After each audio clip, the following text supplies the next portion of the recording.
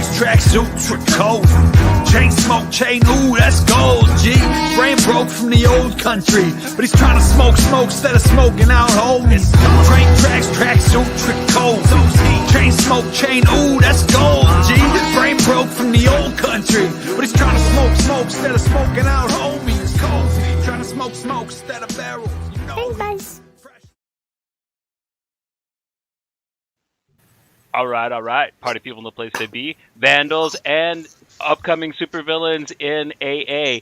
This is a very special episode of Pink Buzz. We are covering a Kickstarter me and Joe kind of recently discovered and caught the tail end of, and we absolutely just love this book. It is incredible, and we were lucky enough to get a hold of the creator, have him hop on with us, and why don't you go ahead and introduce yourself, Mr.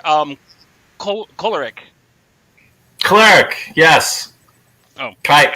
My name's Adriean. I'm the creator, writer, illustrator, janitor of the new book called TRAKOVI, the SLAV with No Remorse. Kickstarter is currently running until Thursday morning at 6:14 a.m. Mountain Standard Time. And that's where I'm at. Awesome. That's right. We got the link for the Kickstarter in the description, so if you like anything Mr. Adriean has to say, please hop on and back this sucker. I mean, every buck you give him helps us get more of this comic, and I'm hooked. I can't wait to see where it goes. I can't wait to see who Demon Jim is. And but before we get into that, one of our cast members who is also a backer of this, really excited, has a little video message he wanted to relay to Adriean. What is up, Adriean? I am sad I could not make it to the interview, but I wanted to pop in here and let you know that TRAKOVI is super fucking punk rock, man. The art is incredible. The story has me just fucking wrapped. I am super excited to see where else you go with this, man, and I'm real happy you're getting to talk with Johnny and Joe. Those are my boys. Thank you so much for coming on to Pink Buzz, man. You're the best. Well, that was cool. Yeah, that's our boy Goose. He is, I think, responsible for more Lane Lloyd variant covers. He was retweeted that, and I think, yeah, he's the one who's going to cut people if he didn't get a Lane Lloyd. Well, yeah, it was fun because yesterday he just commented saying, who do I got to cut to get a Lane Lloyd cover, and so we only made 10 of them. He did the variant cover for issue 1, so just to the 10, and then that was like a day 1 Kickstarter special, and it was like gone like, the first morning, and then yeah, so I just tweeted Lane. I'm like, hey, why don't we bump it up, right? Because whatever, we'll bump up to 20, and then at least give like one final push on this this campaign. So it's a really nice cover, and Lane's like super nice. And his work's really good. Like, he's just a really good artist. So, I mean, if I get, more people on him, great.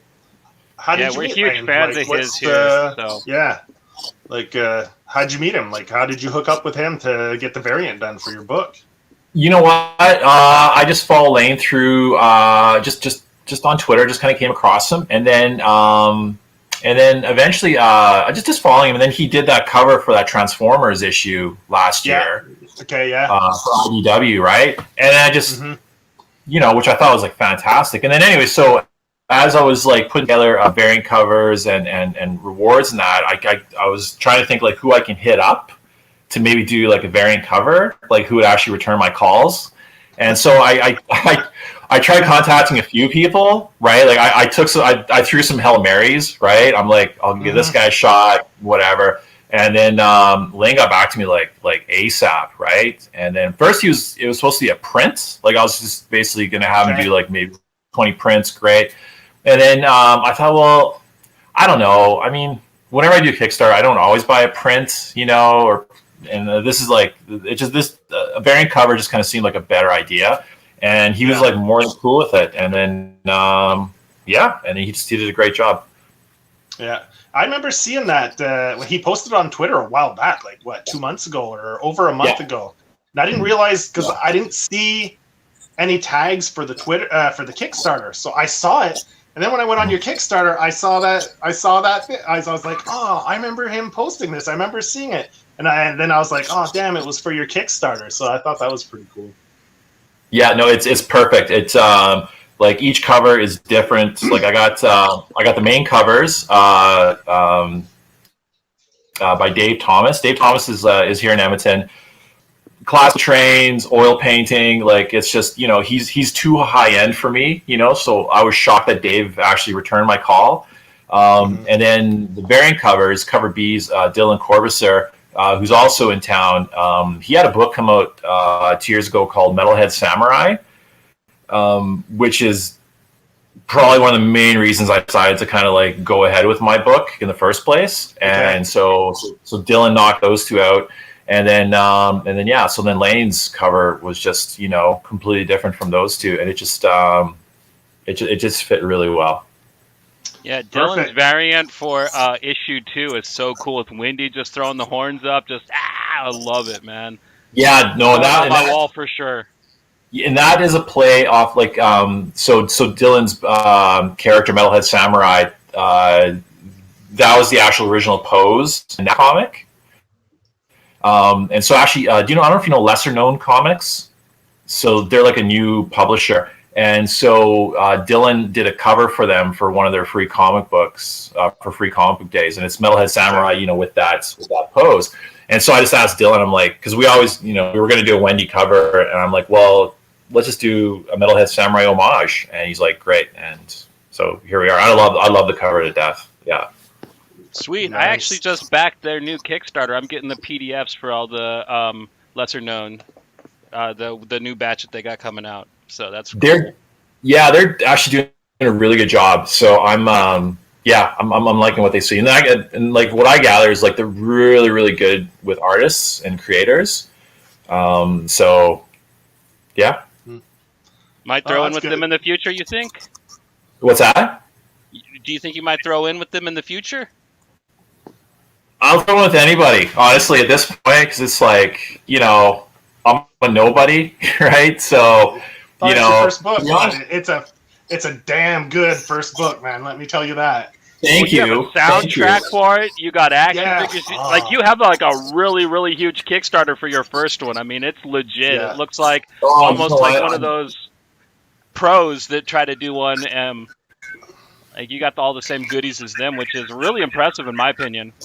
I think, you know what, like, it's funny, like, going up to the Kickstarter, I thought, well, maybe I'll have 8 people, you know, and I knew the 8 people that were going to do this, right? I had no idea, whatever. So, but I think what helped with the Kickstarter is, so, you know, like, I've been working on this book for, like, 2 years now.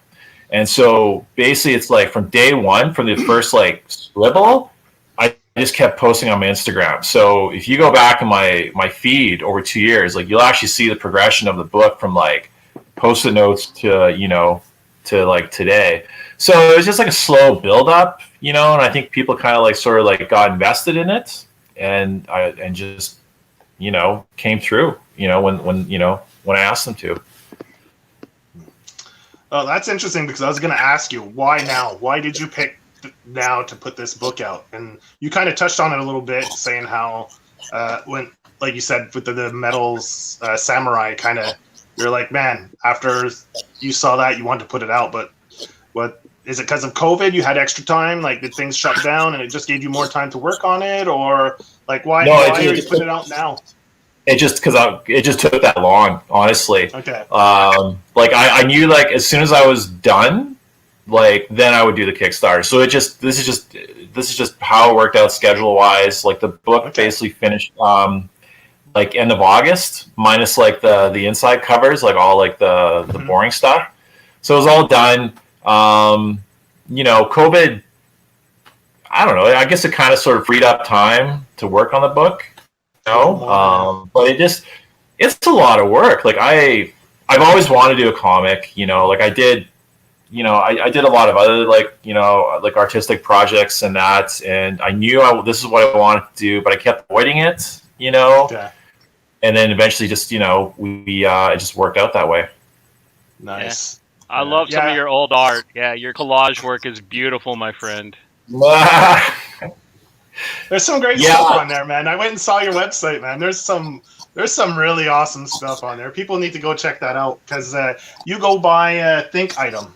So if you go on thinkitem.com, you can go see Adrian's art. He's this guy's creative. If you go on his thinkitem.com, go on there, go check out the rest of his stuff because he does more than comics, man. And there's some pretty awesome stuff on there. But back to what Joe was asking, I think right now is a perfect time for TRAKOVI because, I mean, I love Kickstarter and a lot of stuff I back. It's really fun, but a lot of it's so safe and it's so cutesy.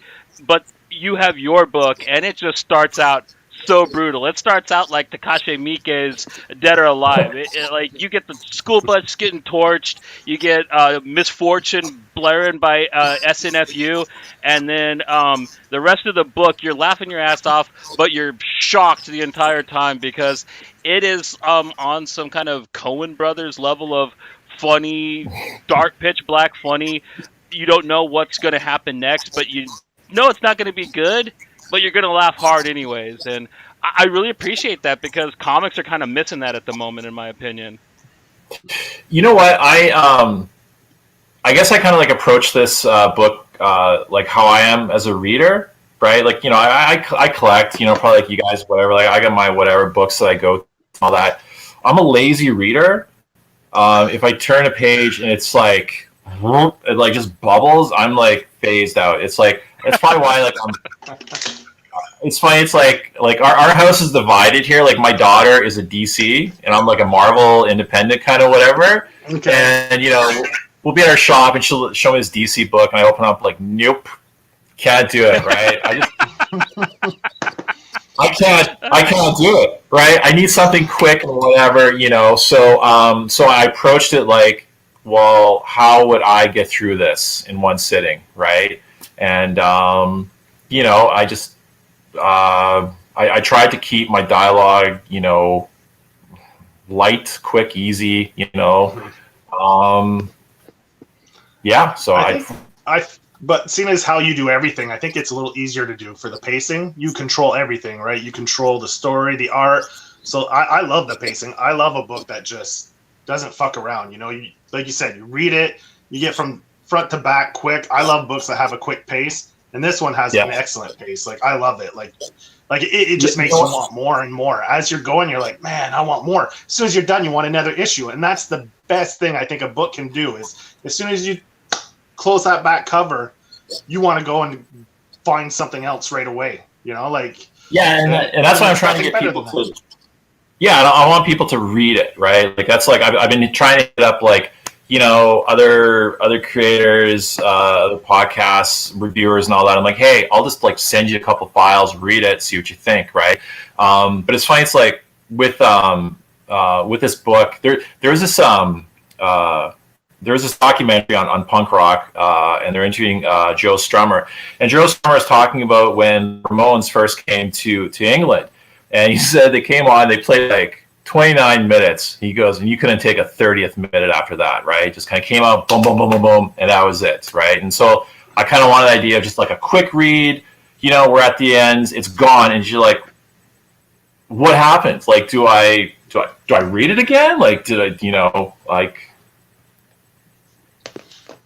This is special, because my wife doesn't usually watch our show, and she's actually in the chat, so hey, babe. So you actually got my wife to come watch our show. Hey. That's a good thing. Can I swear on this? Go ahead. Are we allowed to swear? Yeah. You can swear all you want, man. Well, I ain't monetized, and I'm not worried about being monetized. So yeah, go ahead, have fun, man. I'm just holding it inside of me. So yeah. But yeah, I was gonna ask, who the fuck is this Batsman? Oh fuck! You know, it's funny. It's like so Boris the Mint. So actually, so I'll give you a quick little background on the character. So before the comics started, so I used to be a vendor. We have this this market. It was twice a year here in Edmonton. It's called the Royal Bison Market, and so basically it's like a, you know, I use the term hipster. It's like a hipster market, sure, right? And so one year I decided just to kind of do prints of like just fictional characters and maybe just kind of takes on like, other characters, right? Like you have that on I your had, site, like, right? You have those on your yeah, site, yeah. right? So I had like So all Dr. your Doom making superheroes a have the sandwich. mustache. Yeah. Dr. Doom making a sandwich. I got Galactus making a cappuccino, right? Yeah. That kind of stuff, right? And so, but then I was like really getting into like, I don't know, I was getting more interested in my Slavic roots, right? And so, and I don't know, I think maybe it was right after watching Kick-Ass, right? So I love Nicolas Cage's take on Big Daddy, right? And so I wanted my own Big Daddy, and then, I grew up with a lot of guys named Boris, it's just how it was. And, so I just, Boris the Mint, I think it's after watching a Guy Ritchie movie too, right? I'm like, great name for him. And, put him in the shortest of shorts, the tracksuit. Yeah, when he walks in and says, "Put your hands up, motherfuckers," it made me think. Yeah, exactly. Yeah, that's exactly. I was like, I'm sure that's what it came. I'm sure that's what he's like. Yeah, exactly. Right. That was Boris the Blade. Yeah. Boris the Blade, and then Boris the Blade. Yeah, that's it, man. So again, too. So I always had like that, that Guy Ritchie, influence as well, which I was hoping to bring into the book. So anyway, so I was dealing with these prints, and one of the prints. I had this this one Slavic guy. He had a Spider-Man mask on, but it wasn't on fully, and he had like a big, blonde mustache and his red tracksuit. And I have like a Spider-Man homage, right, where he's he's swinging, and underneath his arm is that's the first time I ever did TRAKOVI. So TRAKOVI was like I just kind of played off of like a Hydra agent, right? So he was like my Hydra agent, right? And then so anyway, so like, a few months after that, I thought, well, I'm going to do a comic. I thought I was going to do a comic on that Spider-Man Slavic guy. I call him Peter Parkovich. And so, so I moved on from him, and I thought, well, I'm going to do like this Yugoslavian Hydra agent, right? And so I just trying to come up with a name for him, right? So I started looking up Slovenian words, and then I came across this name, TRAKOVI, which translates to like stripes or ribbon or something like that. Really, exactly. I went and looked it up. Yeah. So, and then that led to that I did my first Edmonton Expo, which is like our Comic Con. Yeah. And so I had all these prints and all this and whatever, and I thought, I'm gonna kill it. I'm gonna kill it in Artist Alley, right? So I'm there, and across from me is a guy from Minnesota named Jim, who was selling these like handmade ceramic mugs, and then next to us was this one girl who was just selling like reprints of like anime stuff. I'm like, they're gonna have a long weekend. I'm going to make a mortgage, this weekend kind of thing. I had the worst 3 days of my life. Right? I sold maybe like 2 prints. Jim basically like emptied out. That fucking guy sold more fucking mugs than I've ever like witnessed in my life. He got a lineup. And the anime girl, forget about it. Oh my god, like she retired at like 19. So a bunch of us are like a bunch of artists. We're kind of standing around a circle, right? And like, how's your weekend?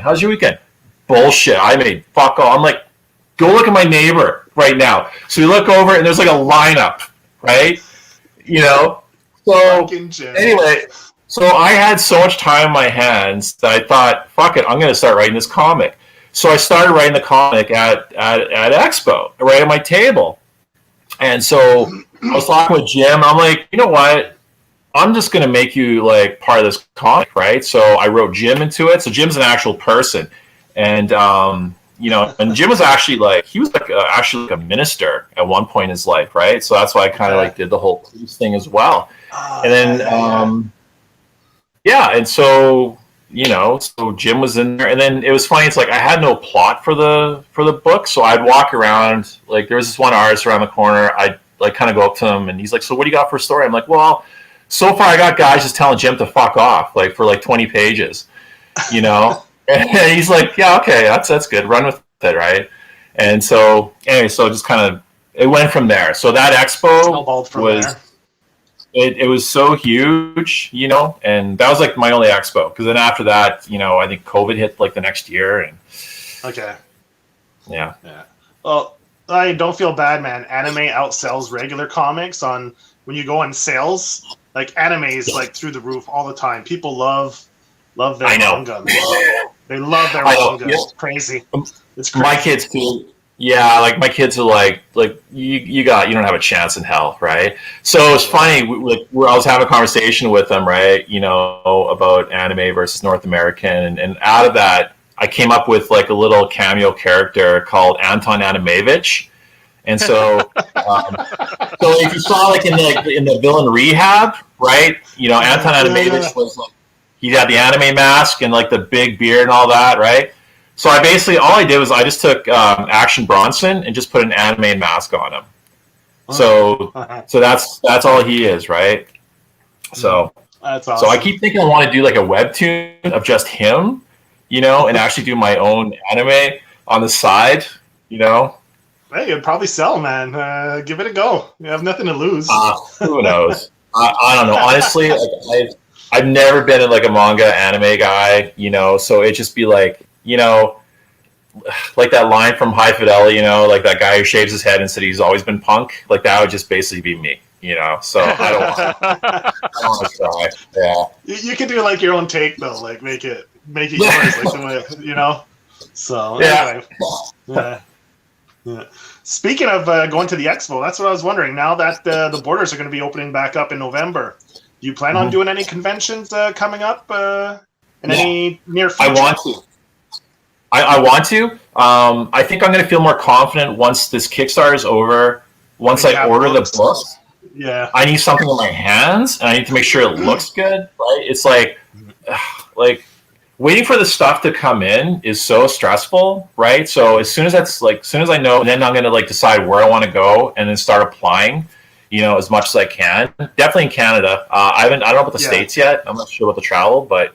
You know, yeah, well, at least now you have the option. If it's just a hit, like just across the border, you don't have to take a plane. You know, it's a more it's a more affordable option to go if there's any conventions near you on the other side of the border. At least now it's an option that you can. Yeah, absolutely. Yeah, I mean, it's like no, I just keep thinking I need to get this thing done, and then I can you know, basically go on tour with it, you know, and then just, you know, pick up a reader, you know, one at a time kind of thing.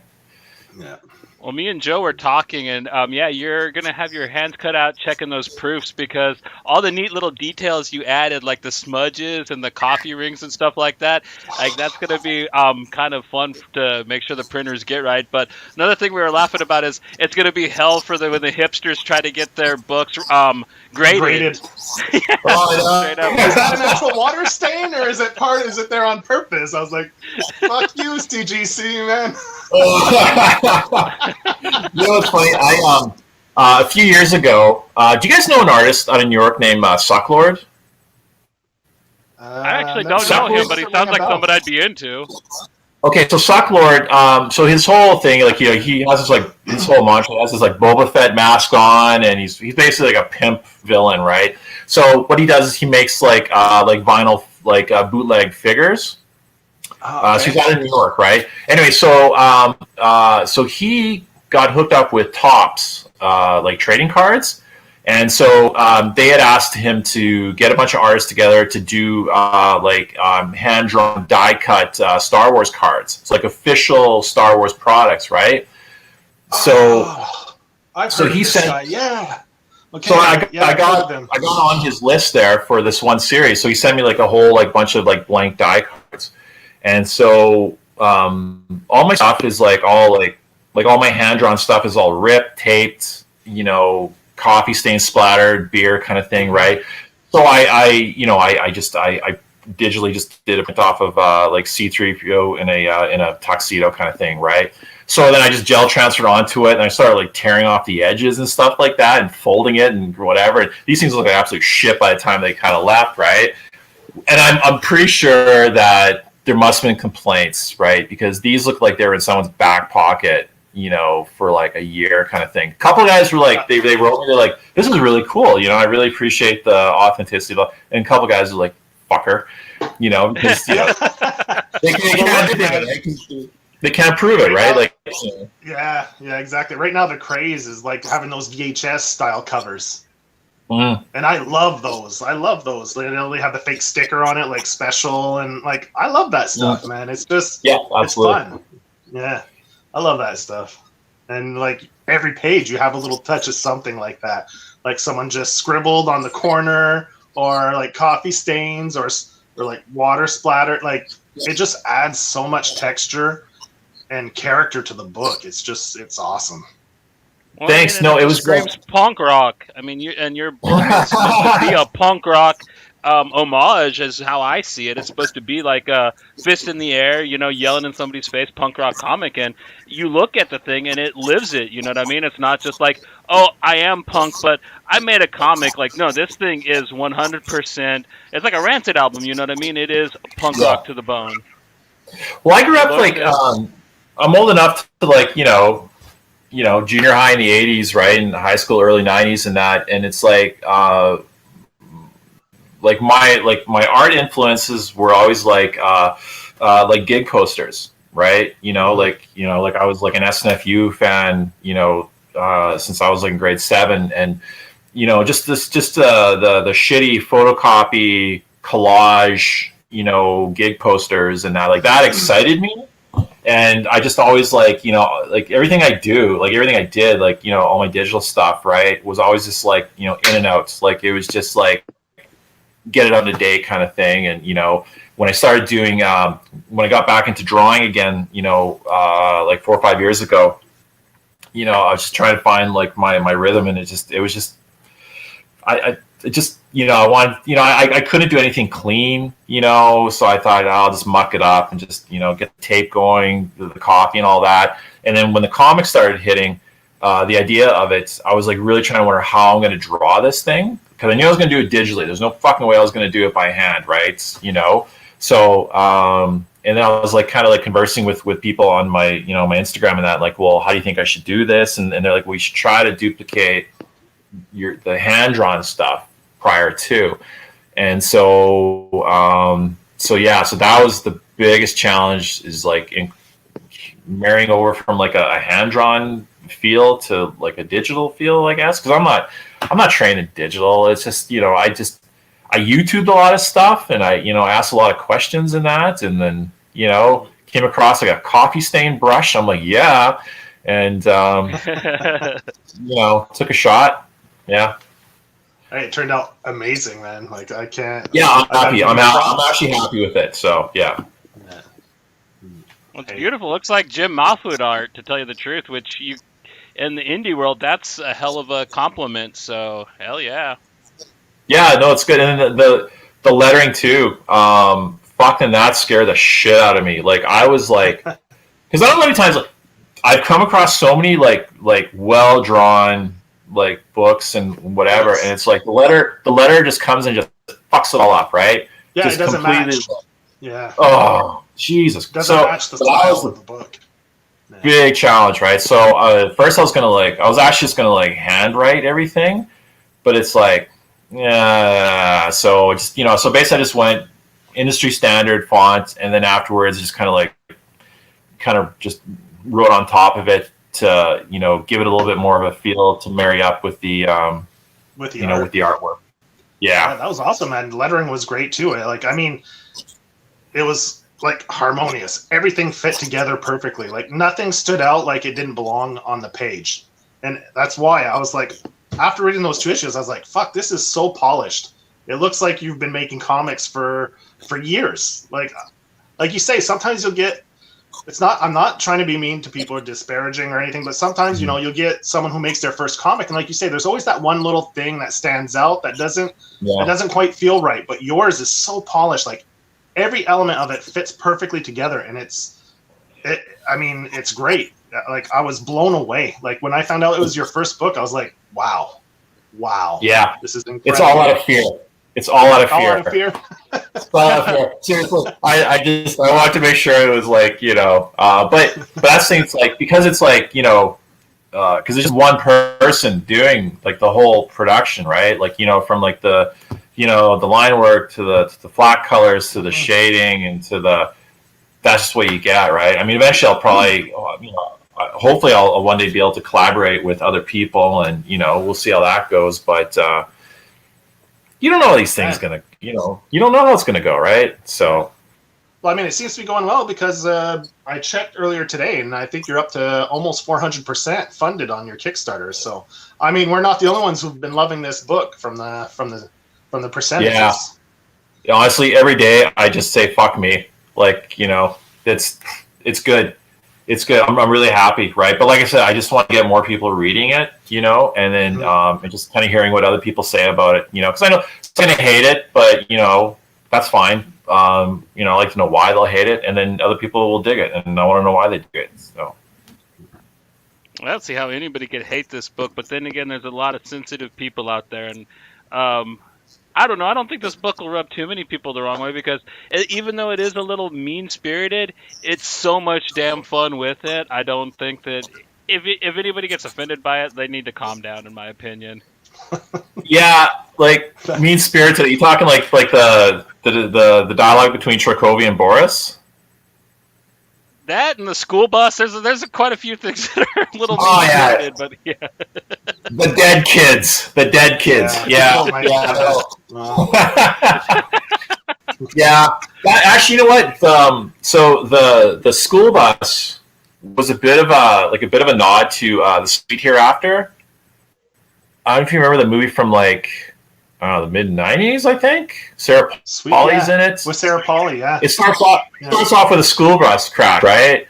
You know, and it's like, is that the one where the school bus it goes off the road and breaks through the ice and they all drown in it? Yes. Is that the way it happened? Yeah. Yeah. Okay. Yeah, I remember that movie. Yeah. Canadian classic. It's got the tragically hit, you know, cover and then all that, right?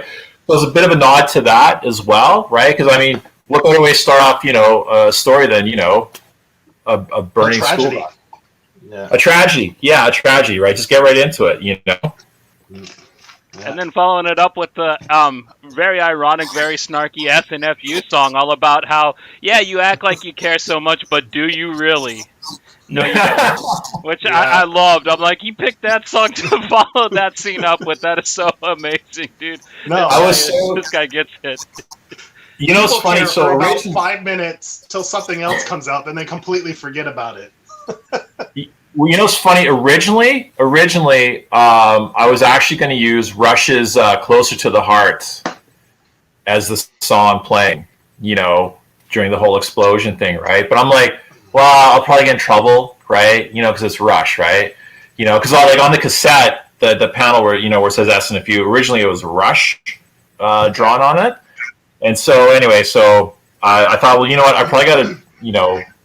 It was, you know, it was more personal if I go after SNFU. So I contacted, you know, one of the founding members, and I said, "This is what I'm doing. Can I have your permission, please, to include lyrics to the song? I'll make sure I credit you and all that." And he's like, "Yeah, great, have at it." And so it was funny. After that, I posted about that, right? How I switched from Rush to SNFU. So a friend of mine, she's dating this one musician who's close friends with Gordy Johnson from Big Sugar. Okay, and she's like, I'm like one person removed from Alex Lifeson from Rush, right? So I'm like, fuck. So I'm sitting like, could I get permission from Rush, you know, to actually have Close to the Heart, right? Because it's kind of, you know, it seemed funny, you know, where a school bus is blowing up and you got that Rush song playing, and I stuck to my guns. I stuck with you know, which I still think is the more fitting track. I'll agree with you there. I thought it wouldn't have the same effect if it was a Rush song as the SNFU. Hey, Rush still made an inclusion, and I think it was very apt. I liked the how Rush snuck into the book with the news anchor guy with the mullet and the glasses and the fanny pack. Like, that's perfect for Rush. Yeah, Grad 83. Grad 83. He's oh my god, like he's like my all-time favorite character that I've drawn, because like I've gone to school with these guys, right? You know, right? You remember being junior high? There's always that guy that's like, you know, you're 12 and this guy looks like he's like 29, right? And he just smells like the Morier lights, you know, and he just, you know, I don't know. It's funny because like, you know, I love like, you know, indie punk, you know, back in the day, but I was never a metal guy. You know, I wasn't like an Iron Maiden guy. And like everybody loved Motley Crue and, you know, and Dio and all that, right? So, and those guys just scared me because you always like, you know, they always carry like a blade on them. And anyway, so yeah, so that was my homage to, you know, to those guys. It was a nice touch. It was definitely a nice touch. Yeah. I saw you post that you've already started working on issue 3. Yes. Did I not see that? Yes. Yeah. I have, so I have the ending in my head. I still an ending, but now I might have a second ending. So, and then I got a beginning. It's just the whole middle part, right? And so now I got to rethink just a few things because with the Kickstarter, I had a bunch of rewards. One of them was, you know, be a character in issue 3. So I had 5 spots for that, and so all 5 got picked up. And then my biggest reward was your business as a setting, and and so that got picked up by like an artist supply shop here called the Gilded Rabbit, which is a fantastic name. The name is fantastic.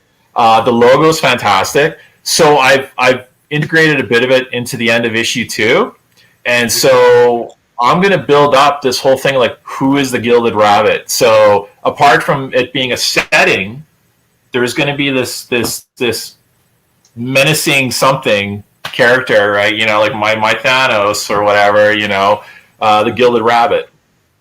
And so we'll see how that goes. But as for the 5 characters, I got to figure that out.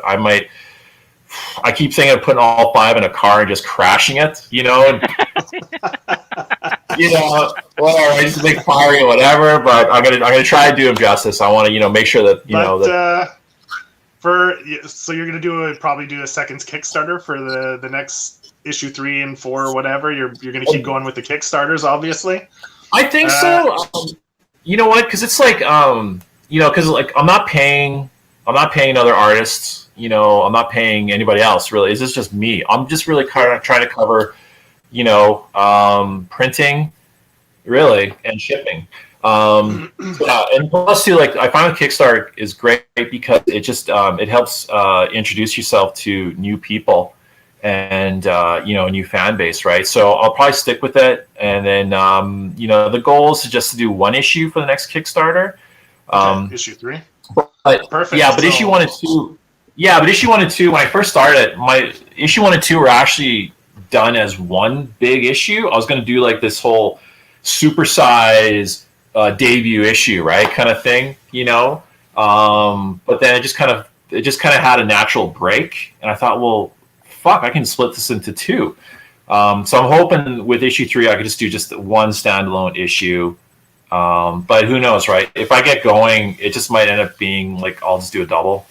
So seeing as how you said you're toying with 2 different endings, what you could possibly do for your next Kickstarter is, as a stretch goal, if you reach a certain goal, put the 2 endings into your book as a stretch goal. Put the 2 endings. Yeah, put that as a stretch goal. Then you could be like, "Yo, you guys help me out. I'll give you what. I'll let you know. I'll let you know which the other ending that I had in mind. You know, just a little added bonus to people if you actually, you know, go gangbusters with the funding."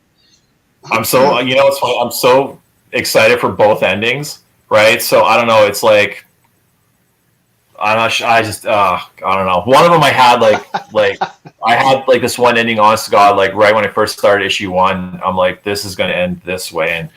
And yeah, I don't know. We'll see. What helps is like by the time people get through 1 and 2, by the time they get to the ending of issue 3, I hope there's going to be some attachment to characters. You know what I mean? Like I want, because it's tough when you introduce like new people, like new characters, right? So you hope that there's some, you know, that really resonate with people. Yeah. Yeah. So that's really tough. So we'll see. Yeah. That's all right, man. Play it by ear. Let the fans decide what they want from it. Oh, the whole play it by ear. That's like my mantra. Fuck. Right. We'll deal with it tomorrow. We'll figure it out. Yeah. Hey, man, you gotta be able to think on the fly, right? So. Oh, this whole like, you know what? Man, I didn't really think like making comic books would be this fucking hard. It's hard. Like, it's hard. It really is. It's like, like I had one draft, and then I sat down with a friend of mine who, he put out some comics, and he just like, fucking made me rethink a lot of things, right? And then, so you're trying to get the story out of the way, and and then you try not to look like like a copycat, and you start. A lot of doubts. Oh my God, there's a lot of doubts, right? You finish a page, you're like, this page is awesome. The next morning, you're like, fuck happened last night? Yeah, I was delusional. If it means anything, I don't see anything else like TRAKOVI, and you make it look fun. I'm not going to say you make it look easy, because your coloring, everything is just so on point. But I got to say that your hard work is really coming out to be a singular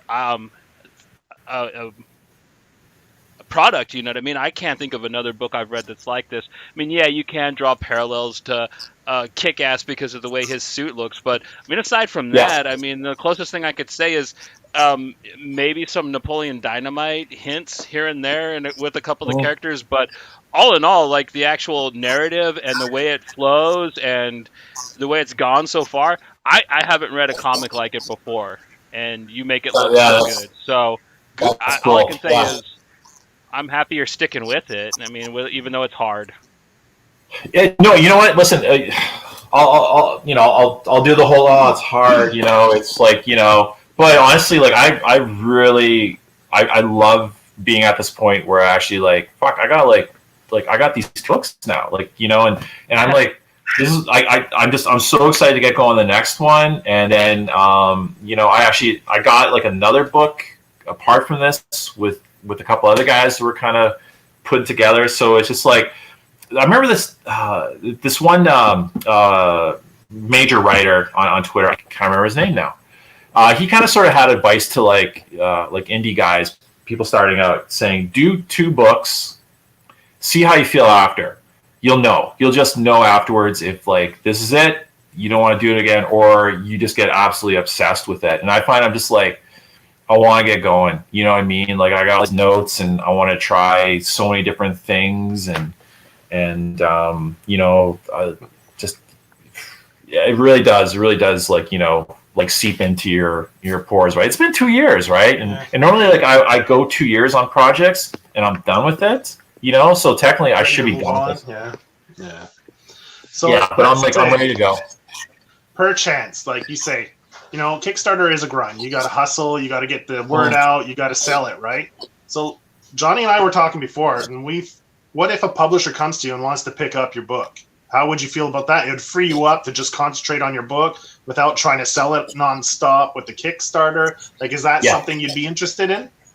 Absolutely. I'm a whore. Do it. Let's do it. Yeah. Because we were talking where this book would fit in perfectly, and we thought Behemoth would be a perfect landing spot for it.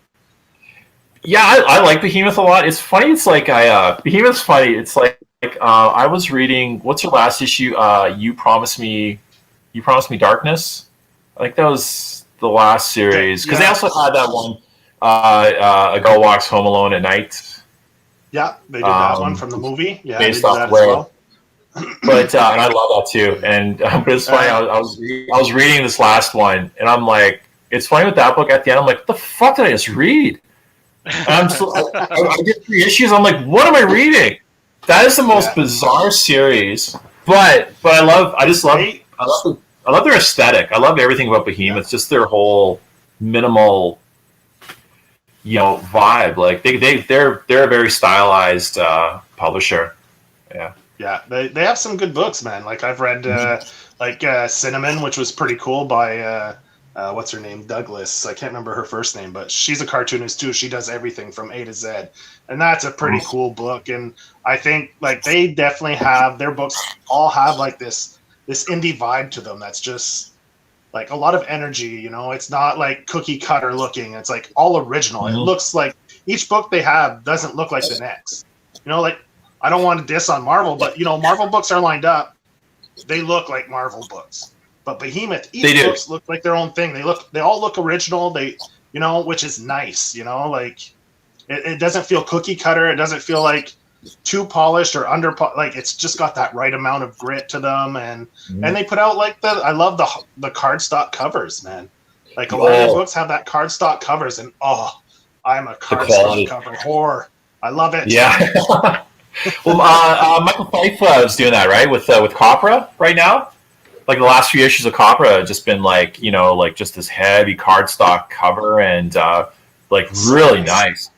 Yeah, it's funny. It's like, you know, I like. Obviously, I love the idea of like, you know, getting a publisher interested, right? Like who wouldn't? You know what I mean? Like there's like thousands of like, you know, us like trying to peddle whatever and just to get, you know, even like. You know, like being here right now, right, is fantastic, right? Just to get someone to actually, you know, talk about a book, you know, that you put out is fantastic. But you know, can you imagine like, you know, like a publisher, right? But then there are times it's like, you know, like a guy like Michael Fife, like I know he had that short stint with Image, but you know, he's got such a great fucking book, you know, and it's just him. And he's just doing it on his own, you know what I mean? Like, he's just like, yeah, this is it. I'm just going to, you know, pump it out every so often. And he's got his rabid fan base, you know, and like the early issues of Opera is just, you know, it's I can't afford it, right? I can't buy like a first print of #1, you know? And so I like that idea, you know? It's like growing up, like my favorite comics were like, well, obviously like, you know, like the original like Teenage Mutant Ninja Turtles, right? And then, you know, the Tick. I was a big fan of the Tick, right? I loved everything about it. Right? You even see in TRAKOVI's face, there's a bit of a wink and a nod to the Tick, right? Yep. Like the coloring too, right? Yeah, absolutely, right. So it's all in there, you know. So I don't know. There's just something. A publisher would be nice, but I don't know. It's just something just being like this. You know, there's no pressure. You'll see issue 3 next year. You know, soak in if you wanted to, as much as you can. You know, it'll come out when it come out, like an event. You know, but again, do you have any kind of timeline in mind for issue 3 yet, or you're still too early in the process to? Or like too early right now. I got to see how the script. Yeah, I got to see how the script goes. We'll see, because like it's funny. Like I don't write a proper script. Basically, I write by just sketching out panels, right? Okay, so, and so with issue 1 and 2, it's funny. I bought like the big fancy, drawing pad, you know, to lay out your comic, right? All your panels and all that. You know, you draw your blue lines and you know the ones that the guys like, you know, ink on top and they sell afterwards, original art. So I tried it. Fuck, it just wasn't working for me, right? You know, it was too constrained. You know, I'm like, why am I using a blue pencil? This is stupid, right? So I end up just kind of I just scribbled stuff like on just photocopy paper, right? So I drew nicely on photocopy paper, scanned whatever, and just put it together like a kidnapping note on Photoshop. You know, so I don't have any proper pages, and I'm going to disappoint people that maybe want like original page layouts, because it's just random whatever, you know. So we'll see. It might be quick. I might have the story done by Christmas. That's kind of what I want, the story done by the end of the year, and then I can start drawing in January. Okay. I can't remember. There's another artist that scripts it out like that. He doesn't write anything. He draws it out, and then he adjusts as he goes. I'll get rid of this panel or change this up. There's another artist. I can't remember his name now or who it was, but they use the same process, and they prefer doing it that way. Yeah. You know what? I remember reading about an artist too. He used his process. He was talking about how he drew it out and he just did the dialogue later. You know? Yeah. Which is what I did too. I can't remember if it was Emmons that does it that way, or I can't remember his name. Yeah, I think it might have been him. I think it might have Another been him. punk I'm not rocker, sure. so Yeah. it sounds like something he'd do. Yeah. I mean, look, everybody has their own way of doing it. Like, there's no, like, I'm realizing it's like, when I first thought of how to do this, I thought it has to be done this way. I have to, like, write the whatever and do it on the fancy pad and blah, blah, blah.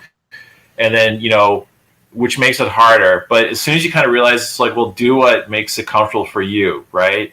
And so the script, actually, you know what, when all the sketching was done and when I had the dialogue kind of written down on scraps, then I sat down and I wrote the proper scripts. Like, you know, I laid it out, whatever, which was huge at the end, because then it allowed me, when I was doing all the digital work, you know, I had, when I was doing the lettering, actually, that's one of the biggest thing was the lettering, because I had all my dialogue out, and then basically I could just copy and paste, you know, and just plunk it From in. the file. Okay, yeah. Yeah. Yeah.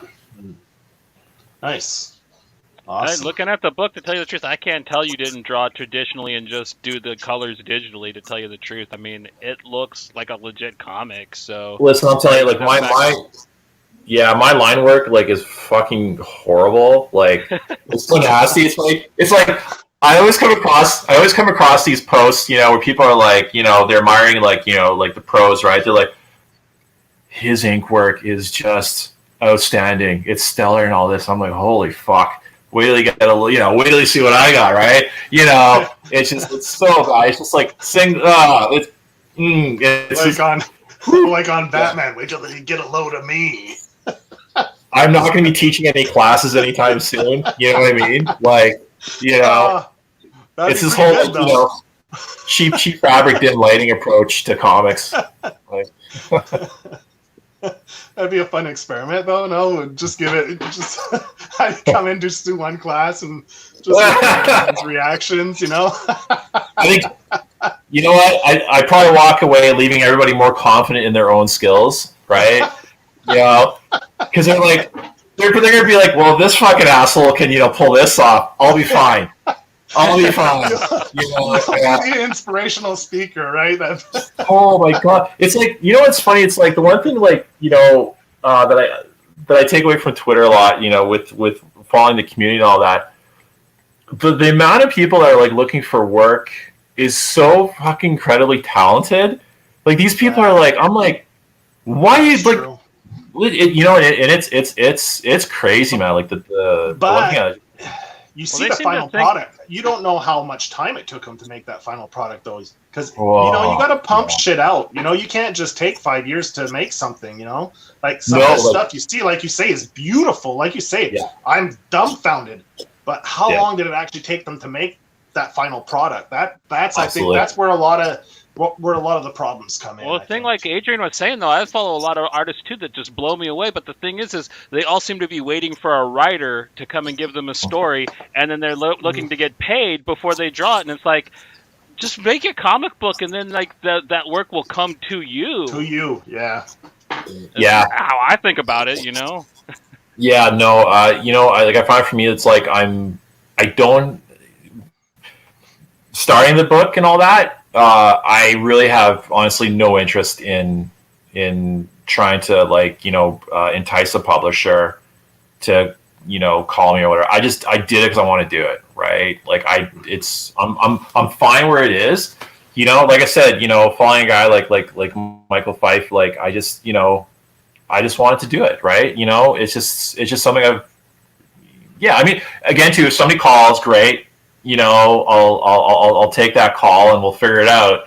But it's not a big deal to me. You know, I got my day job. You know, whatever. I'm fine. Like, you know, but for some of these people, it's like, I mean, their talent is just absolutely just ginormous. You know, and you know, they should be getting a lot more work, a lot more respect. You know.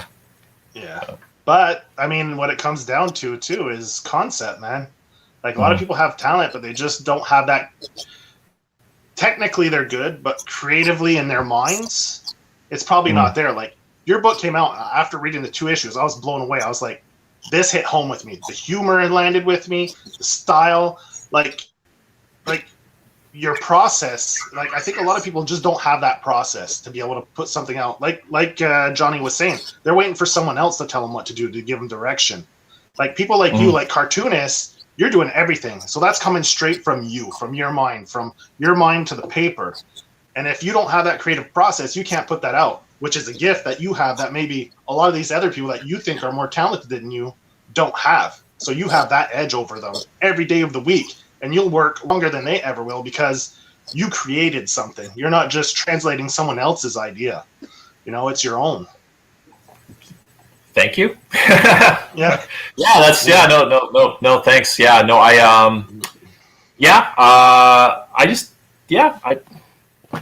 that's cool. That's cool.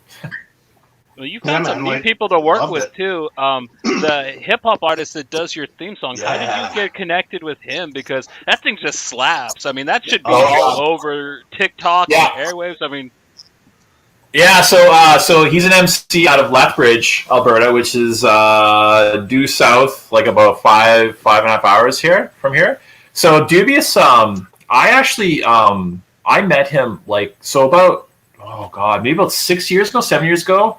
So I did street art, right? So so I was a street artist for a couple of years, and so Dubious was was doing the rounds in the hip hop community, and so he had asked me one day to do like a little flyer for one of his shows, and so he did that. We kind of followed each other for a while, and then when the comics started coming to fruition, like once I was developing more so he just sent me just dropped me a line. He's like, hey, can I do a theme song for you? I'm like, yes. Like who wouldn't want a theme song, right? I'm like, fuck. It's like he's a fantastic MC, and I'm like, okay, let's do this, right? And so then he's like, okay, just I'll get back to you. He got back to me I think within a week, right? And he just sends it to me. I listened to that thing about 20 times in a row. I was like, holy shit, he gets it, right? Yeah, and it was just and then he did a couple other songs, as well. And then we're like, okay, let's just simmer on it. Let's see what we're gonna do. And then I first there's loose talk about maybe we'll do a full album, right? I'm like, well, that was me, right? Because I was so excited. And then, let's do a 4-song EP kind of thing. And then eventually decided, I started looking around for vinyl pressing. We'll do like a single, like a vinyl single, 7-inch, with a song on the B side. And so we're looking around. I found a guy out of Tennessee.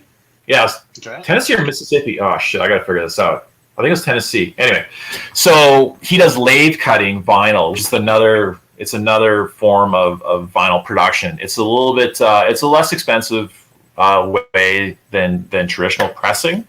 So I contacted him and I sent him the files and that. And so we're going to do this limited run of lathe cut vinyl single with the TRAKOVI theme song by Dubious.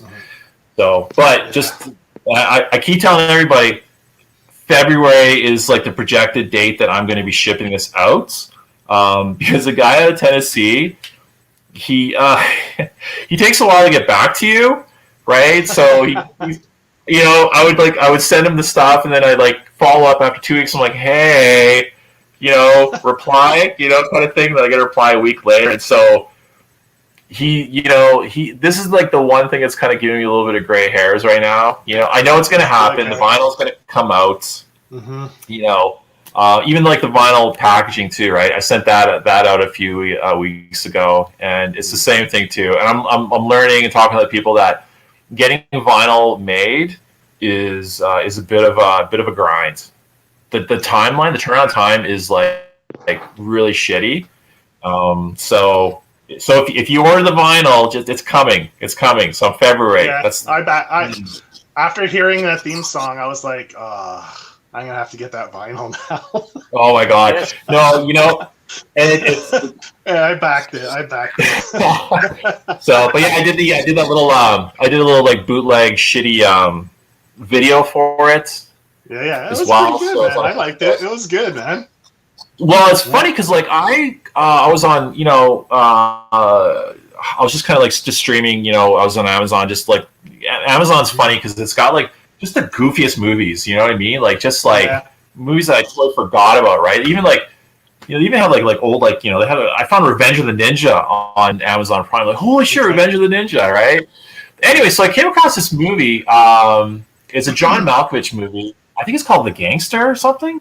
Anyway, so I just thought I'll click on it. Sounds good, whatever. And it opens up with this whole like Lada car chase in like in Russia. I'm like, holy fuck, they're Ladas, and so it's just like, okay, I gotta do a video. And it's funny because like this movie is so awful. It's like John Malkovich in like the worst Russian accent. You know what I mean? Like it's just like did you ever see Rounders with Damon and anyway, so Malkovich actually plays a Russian gangster in Rounders. And so at the end, they got like this big, poker game and all that. And Malkovich in his whatever tracksuit, he goes, this is like this weird high pitch, give the man his money. You're just like, oh. I forgot he wore a tracksuit in that. Oh, he's a Russian mobster. He's gotta wear a tracksuit, dude. Oh my god. It was so horrible, and then just to come across this one movie, I'm like, wow, this is just fate, So when I heard that theme song, like I was going down when I checked out your Kickstarter, I'm going down, and I was like, oh, there's a theme song, awesome, that's cool. Yeah, I was thinking, like as soon as I clicked on it, I was like, my mind just exploded. I was like, it's like 90s throwback hip hop. I was like, man, I love this. I love the sound. Like, I fell in love with it instantly. I was like, so then I was going through your Kickstarter. I backed, okay, I'll get all 4 covers. And I'm going through the add-ons. I'm like, click the vinyl. I kept going down. I'm like, I almost clicked the figure. I was like, now I have to pass on that. Like I said, I might revisit that. Yeah. No, it's you know what? When I first heard the track and then like the beginning with like the horn or whatever, right? And you just like, goddamn, and he's got like Dubious has just this great like gravelly voice and man, it's just God, I'm hoping like if this thing eventually moves onto something.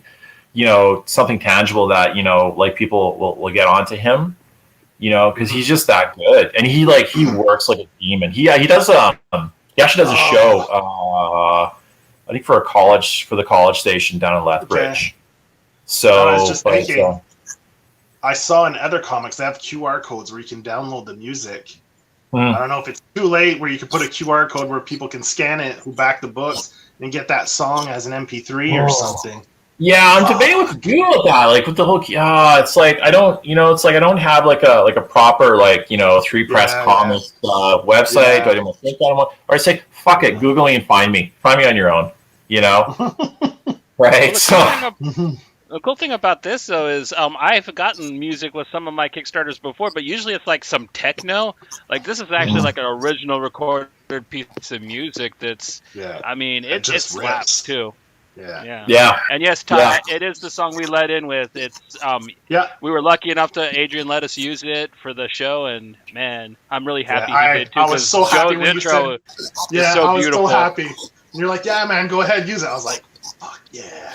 Well, I contacted Dubious. I'm like, hey, they want to use it for the podcast. So he's like, oh, fuck yeah, let's go, use it. So it worked out. So plus, Dubious is he's a comic guy as well, So it's all serendipity. Yeah, it was awesome. Great. Like if you next time you talk to him, tell him on our part that we loved it, man. It's I will. A great tune, man. It's amazing. Well, we haven't broached the most important situation yet, and you brought this up yourself on Twitter, Adrian. Will the books smell like sausage when they arrive in the mail? We need to know this. And what type of sausage will they smell? You know what? It's funny. I would love to. It'd be funny. It's like you know how you open up like fashion magazines and there's always like a sample of like cologne. Yeah. Right. You know, so in the book in issue 1, one of the settings is a butcher shop here in Edmonton called Victoria Fancy Sausage. It's a legit place, right? And you know the storefront is actually it. A bit of the interior is it as well. Anyway, so this place, everything in there is just like they smoke the meat on site. So everything within that building smells like smoked meat, right? So I bought a hoodie from there, right? So they had like their logo. This fucking thing, like my old closet smelled like a butcher shop for like months, right? And so I'd be driving, right? I'd be like, you know, just like, so I mean. Take your books down there and hang them up with clothespins and let them smoke them. What you said about? I was always thinking, it's like when I go pick it up, I'll drive it there, just sit in there for like a few weeks, see what happens, right? And see if it'll like, you know, if it'll get in there. But yeah, I mean, I don't know. You know, I've got to think about like the vegetarian community as well, you know. So I don't want to, you know. Yeah. Special kale smelling issues for the vegans.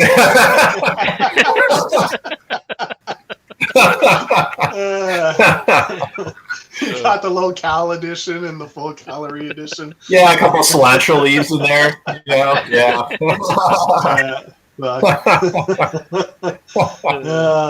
Man. Fuck. Yeah, man. So, do you have anything you'd like to pitch before we close this out, or is there anything you'd like to tell people before?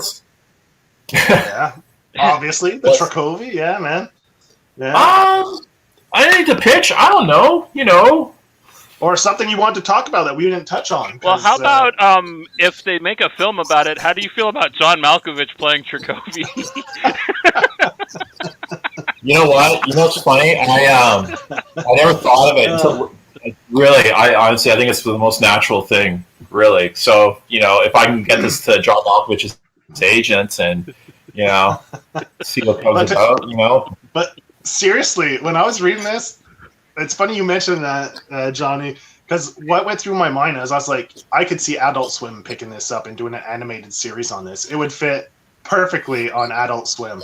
Like I could see this book getting turned into an animation on Adult Swim for sure, 100%. With Malcolm. Yeah, I had someone else mention that too.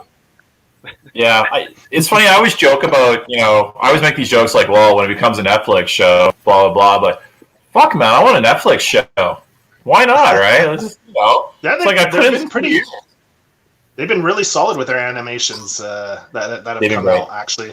Yeah, absolutely. So, I mean, yeah, I mean, anybody that comes out with a book is lying if they say, they don't want anything like that. So, I mean, that'd be great. So, yeah, honestly, I'm just happy to be at this point, really, So, but I just need to get this book just in people's hands, and then, just people talking about whatever, almost like old school, kind of thing. Like I'm old enough to, remember collecting music before social media. You know what I mean? It's like, you would tell somebody, and then they would tell somebody, and that this whole underground network. Down a record, go find that record, because you had to go search for it. Like we talked about that in a couple of our music episodes we've done. Being a punk rock fan in the '90s, you liked Pennywise, but then you had to go find their records. You didn't get to order them offline. Absolutely, just to let people know, the 2 issues are done. I think did you say you sent issue 1 to the printers already? No, so I'm waiting for the Kickstarter to finish. So then I have the production run I'm gonna determine off of how many people backed, and then I'll take that number, and then I'll add a little bit more, because I want to try to get into some shops around Edmonton and all that. And then so I'm going to print out both issues at the same time, all the variants, everything's going to be printed off at the same time, and then I'm going to ship it out. Yeah, I just want to let people know, like, both issues are done, so that's not an issue. As soon as the Kickstarter's done, you're sending it straight to the printers, so there shouldn't be much of a delay there once the Kickstarter's done. Yeah, like I put down January delivery for the books because I don't know, with it being so close to, you know, we're getting into the Christmas season as well, and so with shipping, so shipping might be kind of crazy, right? So so if I say January, right, because maybe like I'll mail this out like, you know, December 26th, right? You know what I mean, after the whole Christmas rush to make sure everyone gets it. But if I get everything sooner, you know, if I get everything sooner, then I'll ship it as soon as I can, right? Like the action figures, the packaging, he's got all the packaging files I did up for him. The figures are all made. He's just got to paint them. Like he's hand painting each of these figures, right? Yeah, that's what you had mentioned earlier. Yeah. Yeah, so I'm probably not going to see those until, you know, I'm guessing probably mid to end of November, and then this fucking vinyl guy. I don't know. We'll see. I mean, my Tennessee guy. Well, you know, fingers crossed, man. Fingers crossed about that. Wow. The dude from Tennessee isn't printing your books, so I think you're safe there. Yeah, no, I'm pretty confident with where I'm printing the books, because, and that's the other thing too. I was going to say, doing this Kickstarter introduced me to so many other creators, you know, that did their books, right? Like there's that one series, Tights. Yeah. Oh my God, I cannot wait to get that book. But talking with all these other guys, you know, it's amazing like how much networking there is behind the scenes. Like everybody talks to everybody, you know, how are you shipping this and how are you printing this and blah, blah, blah. And so the place I was going to go for printing, you know, I passed the name on to another guy. He got his books like in a week, right? You know, and they look fantastic, you know, from what I've seen on the posting. So I'm waiting for the physical copy and that. So the printing is going to be fine. You know, I went through my PDF proofs. They look okay. I mean, should be okay. The ones you sent to us are beautiful. I love the way the comic looks, at least in the little flip book you sent us to review. So I can't. No, it's good. So, yeah, no, it's it'll be okay. It'll be fine. It'll be fine. Nice. Just wanted to let people know kind of where it's at, so they you know, a lot of people don't read the updates and stuff, so if they're watching, and also they don't have to read anything. They could just listen. And once you know, once this Kickstarter is done and the printing, and once books are sent out, I'll have additional copies that I'm going to set up on my shop. So I'm at so thinkitem.com is my main site, and then there's a link to the shop, and then on the shop I'm going to have all the books. You know, they're going to be the same price that was listed on the Kickstarter. You know, obviously Kickstarter you get a few little extra whatever, and also too with the Kickstarter. So because we hit 100 backers. So every physical reward is going to get like a secret sticker in a sealed envelope. I'm not going to post it anywhere. So just the people who backed and who got it, I get the sticker. And so basically the sticker is going to reveal what the Gilded Rabbit looks like the character, the Gilded Rabbit, right? So which is the character I'm trying to build up to. So it'll be a nice, you know, surprise. And I'm going to try to get like an oversized sticker, so it's not just, you know, like a little, like, you know, dinky little one. So something a little more substantial. So. Also, like if people, like you said, for the shipping, the book is also offered digitally on your Kickstarter. So if, you know, it's worth it, man. If you guys think, oh, I don't want to pay the shipping or this and that, but back this book digitally. Like I mean, $8 for both issues. $8, yeah. If US, seriously, it's listed, remember, it's listed in Canadian prices. So all you Americans out there, man, you do the exchange rate, it comes to $8 for 2 books, which is a very solid price for a Kickstarter. Like and I tried to keep. Yeah, and I try to keep shipping down as well, as tight as I can. And so the nice thing is to with you know, because like, you know, like I blew past like what I was asking for, you know, so I got overfunded, you know, which is fantastic. So then I'm you know, I upgraded to like the Gemini mailers. So the books are going to be like rock solid, right? So we're not going to have any issues with them being folded and all that. And it's like, you know, there's no upcharge in the shipping and all that. And so I'm trying to keep it, you know, as comfortable as possible. Yeah, Geminis are a good idea. They're a pretty safe way to ship. Those are excellent mailers. Yeah. Nice. All right. Man. So, want to thank you for coming on, man. It was awesome. You're an awesome Thank dude. you. Love the book. Can't wait for more. So, yeah, man, it's a pleasure talking to you.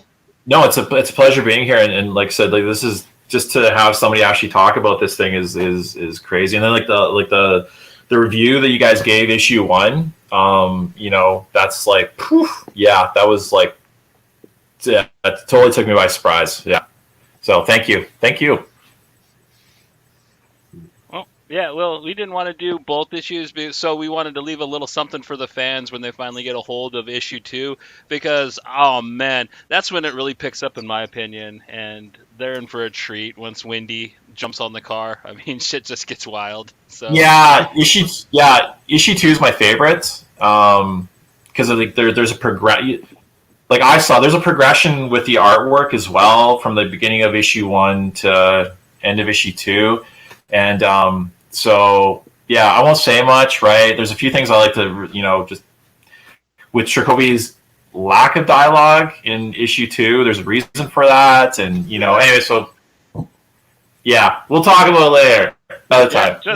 Yeah, just enjoy it. It's magnificent to look at. So just you have that, and I really want to thank you for being here. Like Joseph said, it was a total pleasure. You totally lived up to expectations. I love your punk rock aesthetic and your attitude, and you really inspired me as a person who's trying to do my own comic books. So I can't say enough nice things to you, Adrian. Thank you very much.